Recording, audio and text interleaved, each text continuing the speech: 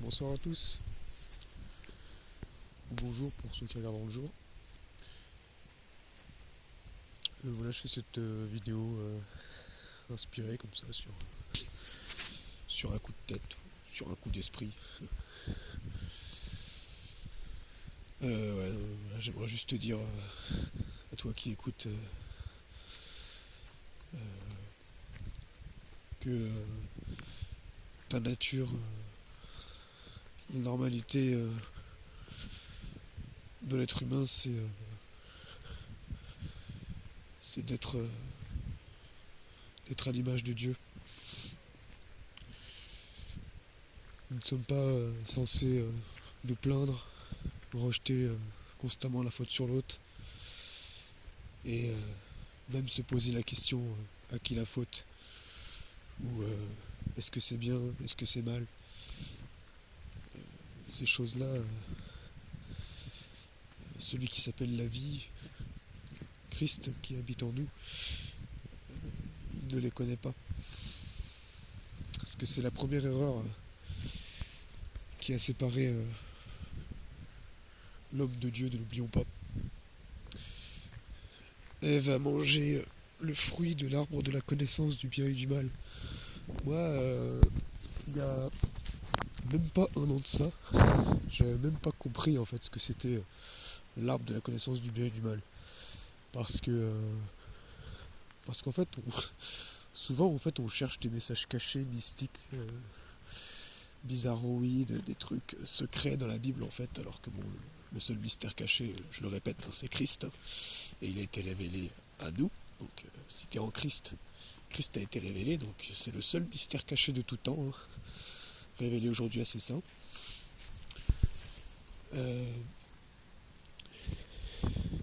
Je mettrai le verset que je viens de dire hein, dans la vidéo. Euh, et, euh, et donc non, cherche pas autre chose que lui en fait. Si tu lis les écritures sacrées, si tu lis la Bible en fait, cherche pas autre chose que Christ et qui tu es en lui en fait. Parce que c'est en le plus tu vas apprendre à le connaître en fait et plus tu vas connaître qui tu es et qui tu es en lui et qui nous étions censés nous humains être en fait et rester depuis le commencement. Parce que l'arbre du fruit de la connaissance du bien et du mal, en fin de compte, c'est pas compliqué. Hein. Lisez le même passage dans la Bible de l'épée. En fin de compte, c'est en gros quand on parle d'un arbre, en fait si vous préférez, c'est l'esprit en fait qui porte le fruit. Pas un fruit qui se mange. Enfin, techniquement, si en fait, il se mange spirituellement. C'est le fruit en fait, le produit de cet esprit en fait, et en fait la connaissance du bien et du mal. Quand tu connais en fait, si tu manges en fait, si tu cherches en fait à manger en fait, c'est-à-dire à mettre en fait dans ton ventre, donc au milieu de toi en fait, que tu fais de ton centre en fait, le bien et le mal, connaître en fait le bien et le mal, et ben ça t'amène à être séparé de Dieu. C'est pour ça en fait que Jésus, dans les évangiles, il a manifesté des choses qui, pour l'intellect humain d'aujourd'hui, moderne, sont contradictoires en fait. Des fois, il a fait des choses bien, des fois, il a fait des choses mal, aux yeux des hommes qui ne le connaissent pas dans l'intimité. Et ce qui est fou, c'est que par exemple, les musulmans, eux, le voient mieux que les chrétiens en fait. Les chrétiens, en fait, la plupart des chrétiens vont être tellement orgueilleux qu'ils vont même pas reconnaître, en fait. Et quelque part, justement, c'est bon. C'est parce qu'en fait, justement, on voit dans la personne de Jésus son autorité qui transcende même le temps. Le fait qu'il est la vie, car il est le chemin, la vérité et la vie. Et du coup, on regarde pas, en fait, à ce qu'il a fait de bien ou mal. On cherche, en fait, on cherche toujours en fait, en tout cas quand on n'a pas compris l'intériorité, on cherche en fait à comprendre ce que voulait dire Jésus quand il a dit ci, quand il a dit ça.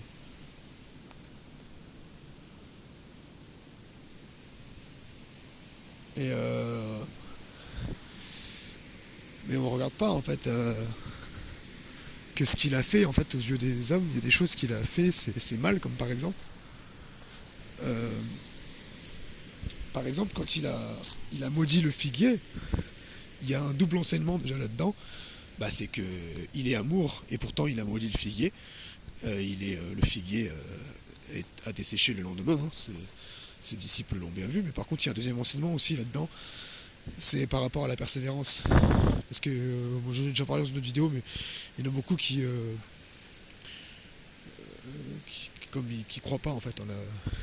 Il y a encore beaucoup de chrétiens malheureusement qui croient pas en la guérison divine, ou alors qui vont dire ça c'était pour un autre temps, enfin voilà, ou qui croient pas en fait à l'autorité qu'on a en Christ. C'est de la fausse humilité. Et souvent on est comme ça, même moi des fois je suis comme ça. Et parce qu'en fait on déclare en fait on déclare quelque chose dans l'autorité de Christ.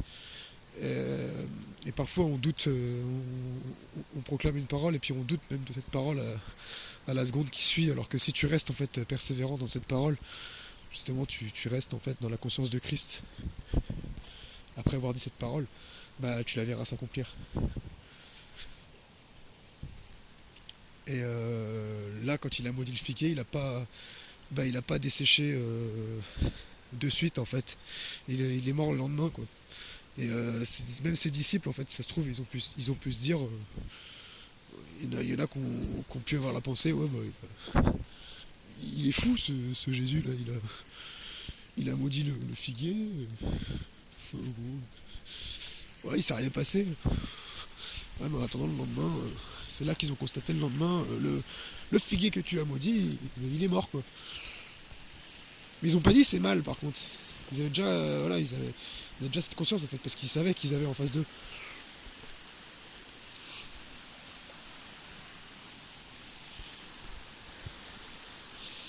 Et à côté de ça, voilà, Jésus il a fait des choses bonnes entre guillemets. Mais en vérité, il a fait ni des choses bonnes, ni des choses mauvaises.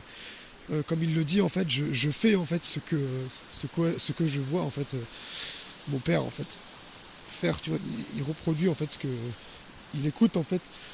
Il est à l'écoute du père il était à l'écoute du père il faisait simplement en fait ce que le père lui disait de faire. Et, et la première chose qu'il a fait, Jésus en fait, c'est s'identifier. Il s'est identifié aux Écritures. Et c'est ce qu'on est censé faire aussi nous. C'est pour ça que on peut pas en fait séparer l'écrit de l'esprit. Tu peux pas en fait toi chrétien négliger la Bible, négliger les Écritures sacrées. Et je le répète, mais c'est vraiment un outil, un outil ouais, merveilleux que d'avoir à notre époque le Nouveau Testament, parce que il y a nos frères et sœurs dans la foi qui sont morts à l'époque, qui ont fait le plus gros travail pour nous. Paul par exemple, il a dévoilé voilà, il a dévoilé la plus grosse partie de l'Ancien Testament en fait. Il a dévoilé à travers ses épîtres quoi.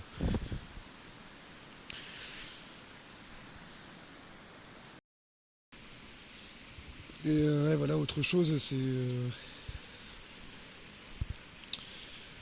que ouais, nous avons une vraie autorité en Christ. Paul nous dira dans 1 Corinthiens 5, où je vous répète encore, mais, que, euh, que nous avons le pouvoir sur la vie, sur la mort, etc. Quoi.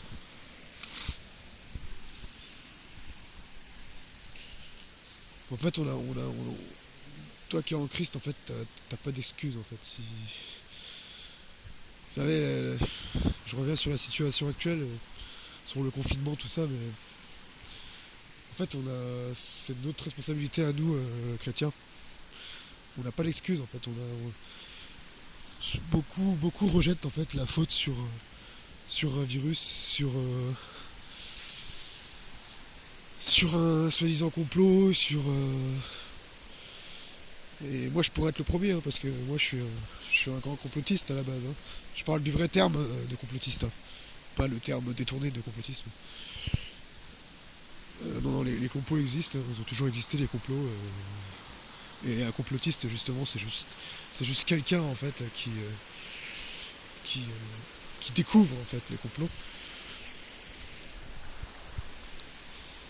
Euh, c'est pas quelqu'un qui complote, c'est pas quelqu'un qui cherche en fait quelque chose qui est le fruit de son imagination ou de théorie. Non, non, un complotiste c'est quelqu'un qui découvre en fait les complots, qui débunk même, démystifie. Euh,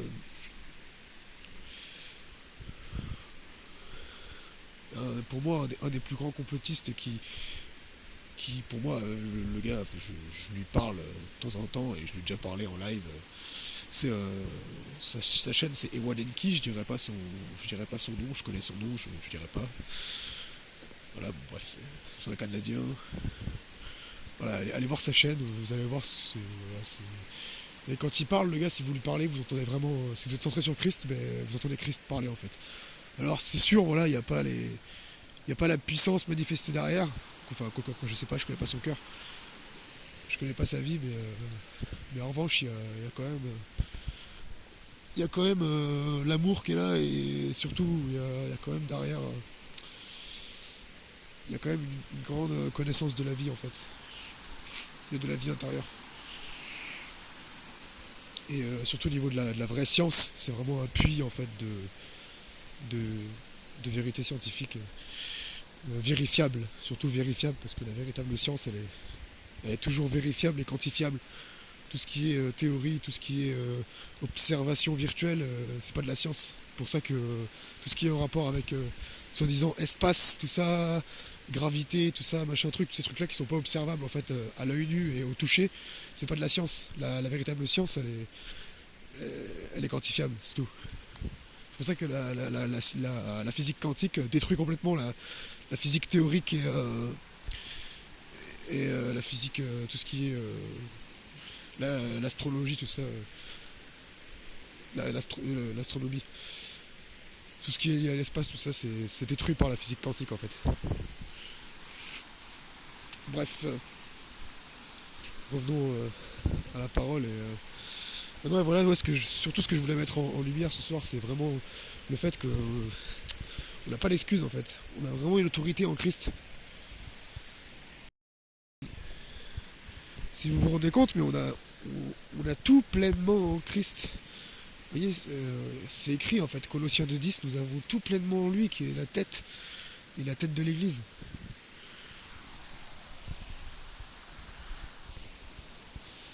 Et, le monde ne l'a pas connu, mais ce système ne le connaît pas, mais nous le connaissons. Et nous sommes plus simplement des disciples, mais nous sommes plus que ça, nous sommes ses amis, nous sommes ses frères, et il vit en nous. D'accord. Il faut que tu saches, en fait, toi qui es en Christ, c'est Dieu qui t'habite, la déité. Dieu s'est fait homme afin que l'homme puisse devenir Dieu. Là, beaucoup, ils vont faire des bonds de 5 mètres de haut, là, quand je dis des trucs comme ça. Mais c'est pas moi qui le dis, c'est la parole de Dieu. C'est écrit clairement dans. C'est Éphésiens, pareil, je mettrai le verset, c'est Éphésiens 5, je crois, par là. Enfin, bref, c'est écrit que nous sommes assis en Jésus-Christ dans les lieux célestes. Nous sommes assis en Jésus-Christ dans les lieux célestes, ok. Et les lieux célestes, ils sont pas juste dans le troisième plan, là-haut, dans le ciel. Ils sont dans ton cœur, d'accord. Les lieux célestes, c'est le plan spirituel. Le plan spirituel, il est partout, il est juste invisible, en fait, à l'œil nu, d'accord. La physique quantique, justement, prouve l'existence de ce monde spirituel.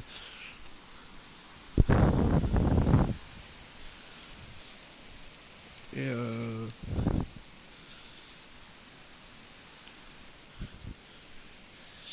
et voilà. Et vraiment, ne soyez pas empêchés, en fait. On a une vraie autorité en Christ. Ne soyez pas empêchés de sortir, en fait. Parce que, vous savez, Jésus, il s'est faufilé.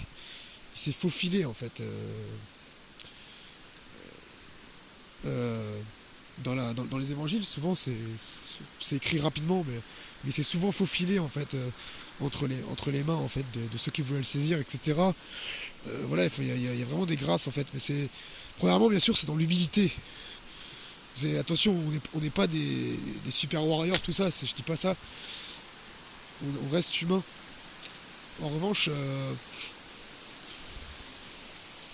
quand tu as la conscience, en fait, justement, que t'es mort et ressuscité en Christ, t'as la, t'as l'humilité, en fait, comment dire, de te dire, en fait, que c'est une grâce. Voilà, c'est par grâce que nous sommes sauvés. Et c'est par grâce que j'ai toute la puissance de Jésus-Christ en moi. Juste, en fait, quand tu, quand tu saisis ces choses, en fait, c'est là, justement, où Dieu fait grâce. Et c'est là où tu vivras la puissance. Et c'est là, en fait, où tu passeras, en fait, les gardes. C'est là où tu passeras les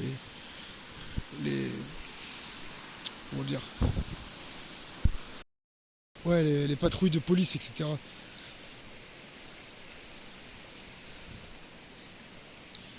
Parce que, je prends l'exemple tout bête, mais je suis désolé, mais pour moi, en fait, en tout cas, ce que j'ai compris de la parole, euh, les lois de ce système ne sont pas, ne sont pas toujours en accord avec les lois de l'Éternel, et surtout encore moins, enfin avec les lois spirituelles, avec les lois de Christ, et surtout encore moins, euh, comment dire, ouais, les lois, en fait, et puis parfois les raisonnements, en fait, que peuvent avoir justement les représentants de la justice, ne sont pas tournés, en fait, vers la vie. Donc en fait, si c'est pas la vie, c'est pas Christ. Donc tu as le droit, en fait, de pas suivre. Si par exemple, voilà, c'est l'exemple tout bête que je voulais prendre. Si par exemple, tu veux aller chercher de l'eau, voilà, moi en fait, moi je vais à une source parce que j'estime que, voilà, moi j'ai un enfant, hein, j'ai un bébé, et moi j'essaie de donner à boire, pas du poison. Et je sais par exemple que, bon, ça on le sait, beaucoup de gens le savent, que il y a beaucoup d'endroits en France où l'eau est contaminée par le fluor. Je dis contaminé parce que le fluor c'est un véritable poison. J'ai fait une vidéo là-dessus, allez la voir. Vous verrez bien, hein, je cite d'autres vidéos dans cette vidéo. Et, voilà, ça fait des centaines d'années qu'on sait très bien que le fluor c'est du poison, c'est ultra toxique. Hein. Dentifrice, prenez pas du dentifrice avec du fluor, fabriquez-vous vous-même vos dentifrices. C'est très facile à faire du dentifrice. Regardez des tutos sur YouTube. Ma femme fait son dentifrice. Voilà, huile de coco, bicarbonate et je sais plus ce qu'elle met. Déjà rien que une bonne alternative déjà au dentifrice, c'est l'huile de coco. Il y a beaucoup voilà, de pays, notamment des îles, tout ça, qui remplacent souvent le dentifrice par l'huile de coco, le bicarbonate, ouais, c'est pareil. Bref, je vous mettrai la petite recette dans la description pour un dentifrice bio et qui coûte que dalle en plus, et qui est fait maison. Et qu'est-ce que je voulais dire Ouais, excusez-moi, je digresse. Ouais, donc voilà, imaginez, vous voulez aller chercher de l'eau à la source, comme moi je fais, assez souvent, environ une fois par mois. Et là, en fait, la police, elle vous arrête pour vous demander, en fait, pour vous dire, en gros, ouais, vous n'avez pas le droit.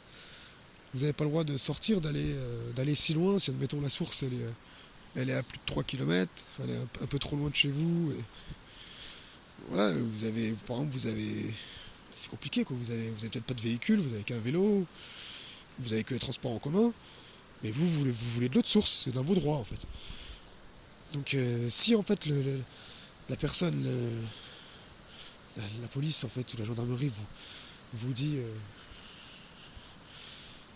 mais non monsieur, vous rentrez chez vous, voilà, on vous met une amende, je suis désolé, mais en fait, et citez le nom de Jésus-Christ, parlez en langue, au nom de Jésus-Christ de Nazareth, c'est vraiment, c'est pas des blagues, ça fonctionne.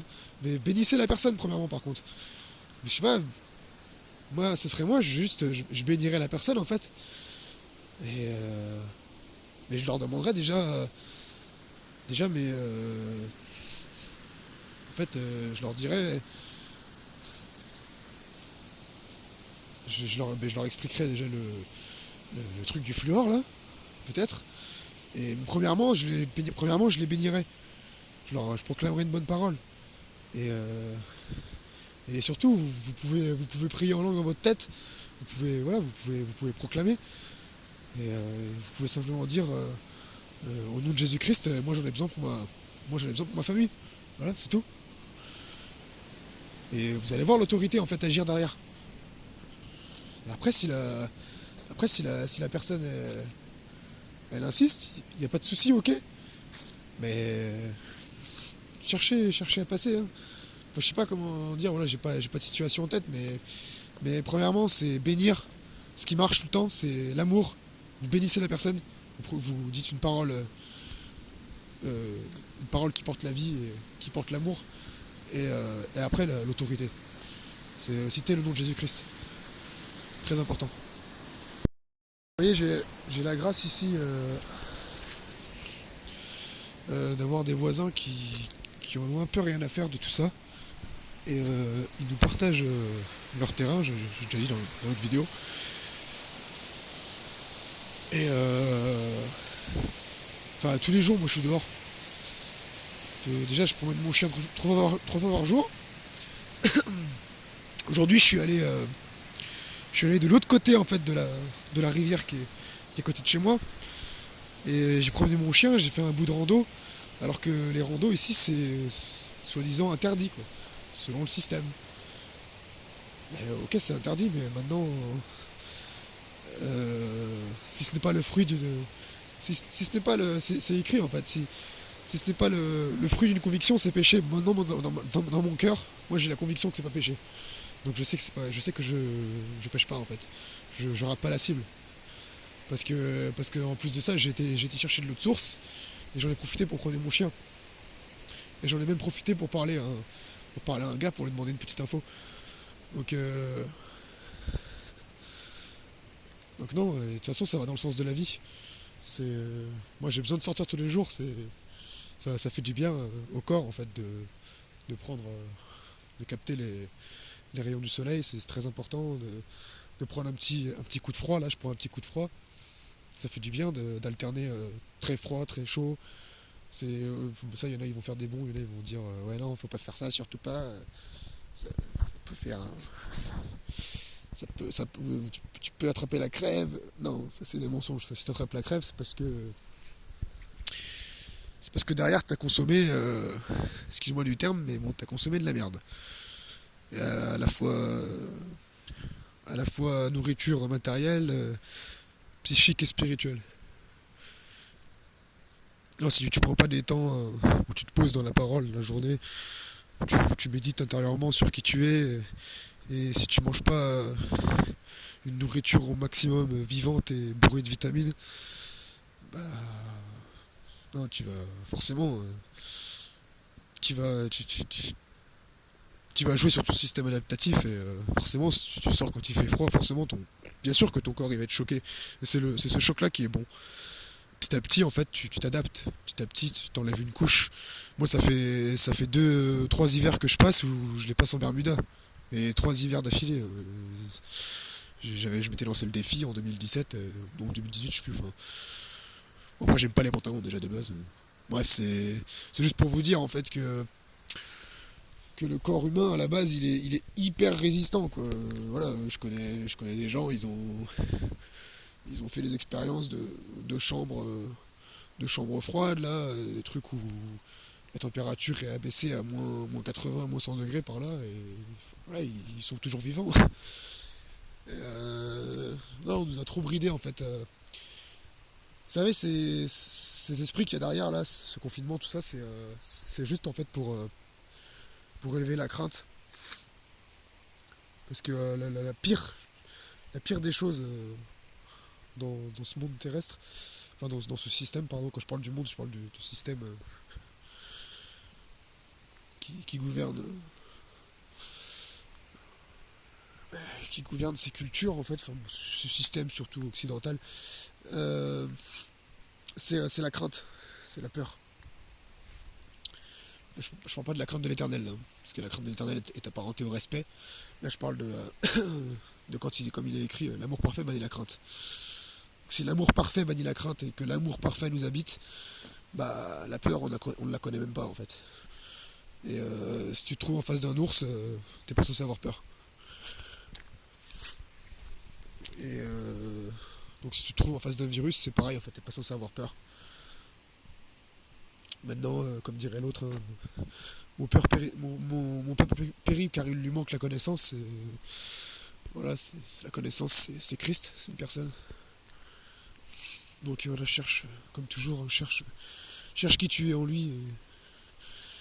Et si t'es pas né d'en haut, si t'es pas né depuis le commencement, parce que la naissance d'en haut, littéralement, ça signifie naître depuis le commencement, parce que quand tu viens à Christ, en fait, tu es né depuis toute éternité. Ça, il n'y a pas beaucoup qui ont cette notion. Bon, il faut aller voir un peu dans l'hébreu et dans le grec. Mais bon, Saint-Esprit peut te faire grâce, même dans la Louis II, de te donner cette révélation. Hein. Parce que quand tu le vis, moi par exemple, je l'ai vécu, je n'ai même pas vu encore dans l'hébreu et dans le grec que ça signifiait en fait compte être né depuis le commencement, être né d'en haut, être né du ciel en fait. Quand il dit à Nicodème dans Jean 3, Jean 3, Jésus.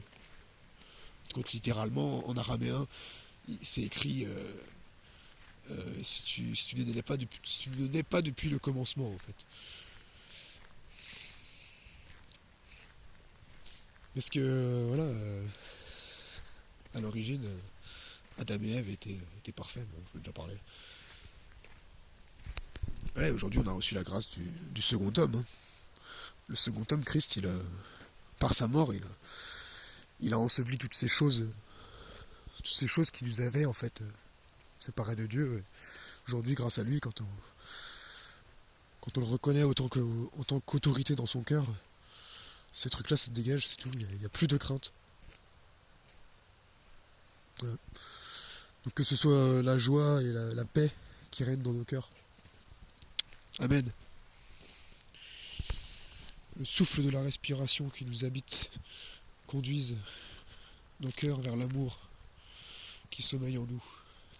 Cet amour déborde, que la vie qui est en nous émane et touche tous ceux qui nous entourent. Dieu vous bénisse.